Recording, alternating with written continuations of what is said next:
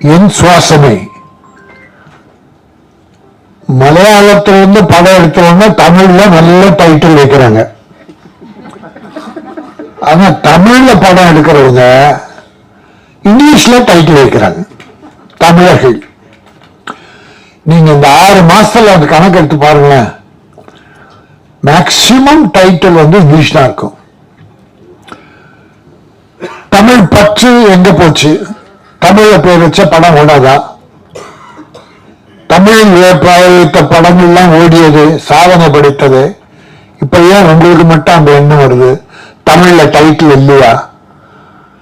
ஒரு அன்பு சகோதரர், மலையாள சகோதரருக்கு தெரிகிற அந்த நினைவு கூட நம்ம சகோதரர்களுக்கு இல்லையா என்ற வருத்தத்தை தெரிவிச்சுக்கிறேன். என் சுவாசமே உதயகுமார் அற்புதமா பேசினார், பேரரசு பேசினார், தம்பி Rajesh music director and producer அவர் பேசினார். இந்த படம் 3 சாங், 2 லவ் சாங், ஒரு குத்து சாங் ரொம்ப நல்லா பண்ணிருக்காங்க. நல்லா டைரக்டர் ரொம்ப நல்லா பண்ணிருக்காரு. அப்புறம் ஒளிப்பதிவு இயக்குனர் அந்த ஒளிப்பதிவார் 2 இருக்கிறதால ரொம்ப காம்பாக்டா அழகா பண்ணிருக்காரு. நல்ல லொகேஷன்ஸ் எல்லாம் பண்ணிருக்காரு. அது என்ன ஒளிப்பதிவாரோட டைரக்டர் இருக்கிறதால கொஞ்சம் சீக்கிரமா முடிச்சிருவாங்க. அதுலயே மலையாள படம் என்னும்போது தேவையில்லாத செலவுகள் எதுவுமே இருக்காது. அந்த படத்துக்கு என்ன வேணுமோ அது மட்டும்தான் செலவு பண்ணுவாங்க. என்ன தேவையோ அதை பண்ணுவாங்க. அதனால செலவு கம்மியா இருக்கும். அது மட்டும் இல்ல, ஆர்டிஸ்ட் நடிக்கிறவங்க கதைக்காக ஹீரோவை தேர்ந்தெடுப்பாங்க. நம்ம கிட்ட ஹீரோவுக்காக கதை நிறைய, எல்லாரும் சொல்ல ஒரு 60% ஹீரோவுக்காக கதை பண்றாங்க. ஆக கதைக்காக ஹீரோவை வைக்கும்போதுதான் படங்கள் வெற்றி பெறுகின்றன. நீங்க எத்தனை படம் குடிசையில மம்மட்டி மோகன்லாலும் வேட்டி சட்டை கடைசி வரைக்கும் மாற்றவே மாட்டாங்க. வேட்டி சட்டை தான் அப்படின்னா அதைத்தான் போடுவாங்க. உட்கார்ந்து எல்லாரோட டீ சாப்பிடுவாங்க. எல்லாருக்கும் பரிமாறுற உணவு தான் தருவாங்க. அது அப்படிப்பட்ட ஹீரோக்கள் அங்க இருக்காங்க. சிலர் இங்க நம்மளும் இருக்காங்க. ப்ரொடியூசர் நல்ல ஒத்துழைப்பு தருவாங்க. இது எல்லாத்தையும் விட இன்னொரு ஒரே ஒரு உதாரணம், அங்க எவ்வளவு சிறப்பா ஹீரோக்கள் ஒத்துழைப்பு தர்றாங்கன்றதுல மம்முட்டி ஒரு பெரிய உதாரணம். இங்க ஏவிஎம் ஸ்டுடியோல ரூம்ஸ் இருக்கு, மேக்கப் ரூம் இருக்கு, ஏசி ரூம் இருக்கு, எல்லாம் இருக்கு. அன்னைக்கு எம்ஜிஆர் சிவாஜி எல்லாம் ஏவிஎம் ஷூட்டிங்னா அந்த ரூம்ல இருந்து மேக்கப் போட்டுதான் எல்லாம் நடிகர்களும். ஆனால் ஏவிஎம்லேயே ஷூட்டிங் நட்டாலும் கேரவன் வைக்கணும். இப்போ கேரவன் இல்லாம எந்த ஆர்டிஸ்டும் இல்லை. ஆனால் மம்முட்டி சொந்தமா அவரே கேரவன் வாங்கிட்டார். ப்ரொடியூசருக்கு அந்த செலவு வைக்கிறது இல்லை. கேரளாவில இருந்து தமிழ்நாட்டில் ஷூட்டிங்கா கேரவன் இங்க வந்துருது. என்ன தம்பி தேனப்பன் ஒரு படம் எடுத்தார். அந்த படம் பேர் பேரழகி என்று நினைக்கிறேன், பேரன்பு. பேரன்பு அந்த படம் ஷூட்டிங் அப்ப என்ன அன்னைக்குதான் இன்ட்ரோடியூஸ் பண்ணாரு மம்முட்டிக்கு. இங்க கோட்டரிபுரத்துல ஷூட்டிங், நடு தெருல ஒரு கேரவன். ஆனா இந்த கேரவன் யார் தெரியுமா? என்ன யாரும் வாடகை விடுறோம்னா இருக்கும், ஒரு நாளைக்கு 15-20,000 ரூபாய் செலவாகுது. இல்லைன்னா இது மம்முட்டி சொந்தமா வாங்குது. டீசல் முதல் கொண்டு அவர் தான் போட்டுக்குவாரு. டிரைவர் முதல் பேட்டா முதல் கொண்டு அவர் தான் கொடுப்பார். நாம 3 கோடி 5 கோடி இல்ல 50 கோடி வாங்குறோம். அதுல ஒரு கேரவான் வாங்கி ப்ரொடியூசருக்கு ஒரு சின்ன செலவு கட்டுப்படுத்த கூடதான். இதை பார்த்தா சின்ன நடிகர்களுக்கெல்லாம் கேரவான் கொடுக்க ஆரம்பிச்சார். ஒரு ஷூட்டிங்ல பார்த்தா 9 கேரவான் நின்றது. ப்ரொடியூசருக்கு எப்படி செலவு அதிகமாகுதுன்றதுக்காக சொல்ல வர்றேன். ஹீரோயினி அவுட்டோர் ஷூட்டிங் மஸ்ட், கண்டிப்பா வேணும். ஏன்னா தமிழ் லேடிஸ் அவங்களுக்குலாம் ஒரு பாதுகாப்பு வேணும், ஹீரோக்கள் பாதுகாப்பு வேணும். பட் ஸ்டுடியோக்குள்ள நடக்கிறது கூட ஒரு நல்ல பங்களாவில் நடக்கிற ரூம்ஸ் இருக்கு, அங்க கூட பண்றதால ஒரு செலவு. ஆனால் கேரளாவில் இப்படிப்பட்ட எந்த கடுங்காப்பி மம்முட்டியும் மோகன்லால எல்லாரும் குடிக்கிற அந்த டீ எல்லாரும் சாப்பிடுவாங்க. ஆக இன்னைக்கு மருவி பாட்டி எனக்கு கொஞ்சம் தமிழ் தெரியுந்துச்சு. நீங்க பேசுறது கொஞ்சம் தமிழ்ல, கொஞ்சம் தமிழ், அழகிய தமிழ். பாரதியார் பாடுவார், சிந்து நதி மிசை நிலவினிலே சேர நம் நாட்டிலம் பெண்களுடனே.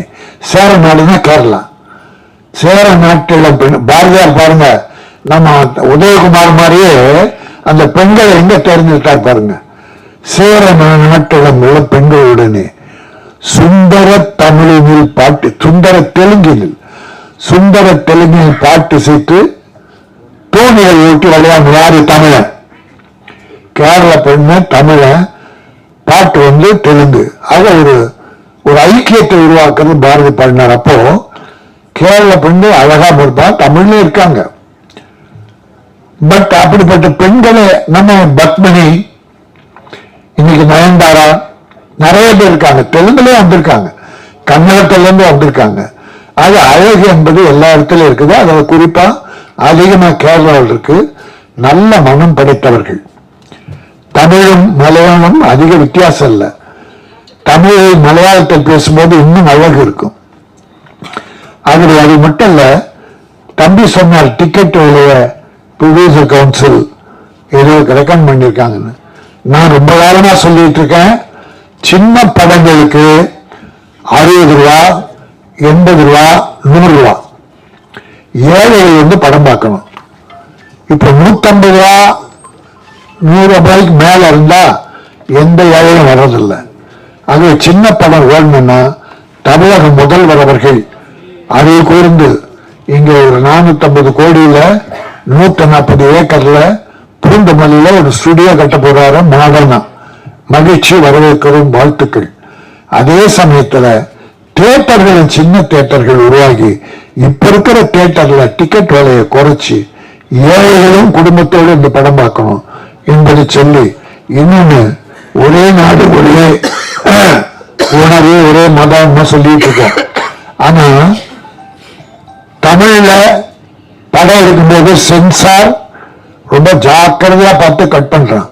சின்ன படங்களுக்கு அதிகமா கட் பண்றான், பெரிய படங்களை சுமாராக தான் கட் பண்றாங்க, கொஞ்சம் நிறைய விட்டுறாங்க. ஆனால் வெப் சீரியல் ஒன்று இருக்கு,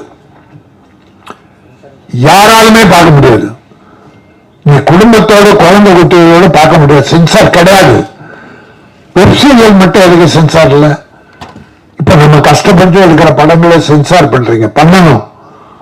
அந்த அம்மா கூட கவிஞர் சொன்னாங்க, நிறைய பெண்கள் கூட அப்படின்னு. அது சிலருக்காக, கமர்ஷியலுக்காக சில ப்ரொடியூசர் பண்ண வேண்டி இருக்கு, வேற வழி இல்லை.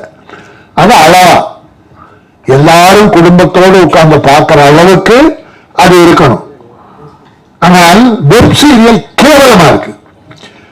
நம்ம தமிழர்கள் கூட சிலர் அந்த படத்தை எடுத்த வல்கர் கெட்ட வார்த்தையை அவ்வளவு யூஸ் பண்றாங்க. ஆக மத்திய அரசு வெப் சீரியலுக்கும் சென்சார் கொண்டு வரணும் என்பதை சொல்லி, இந்த என் சுவாசமே ஒரு அற்புதமான படைப்பாக வர வேண்டும். தமிழ் தெலுங்கு இப்போ பாருங்க, தெலுங்கு இருக்கிற படங்கள் பூரா டப் பண்ணி விஜய் டிவி ஓடிடில விடுறான். அதுல தமிழ் வில்லன்கள் எல்லாம் பயன்படுத்துறாங்க.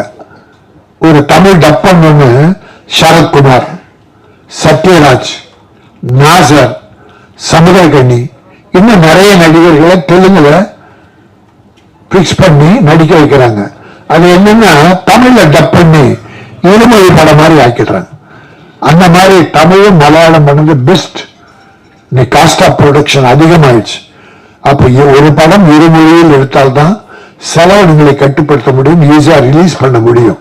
ஆகவே நல்ல அறிவுத்திறத்தோடு நல்லா யோசித்து அற்புதமா பண்ணிருக்கீங்க. இந்த டைரக்டரை பாராட்டுகிறேன். ப்ரொடியூசர்ஸ் நம்ம அருமை தம்பி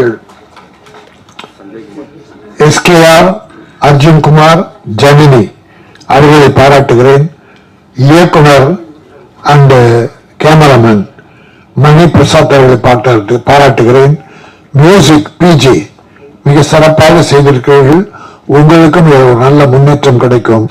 ஆக கலந்து கொண்ட அத்தனை பேரையும் பாராட்டி, என் சுவாசமே தமிழக மக்களின் சுவாசமாக விளங்க வேண்டும், வெற்றி பெற வேண்டும் என்று வாழ்த்து விடைபெறுகிறேன். நன்றி, வணக்கம்.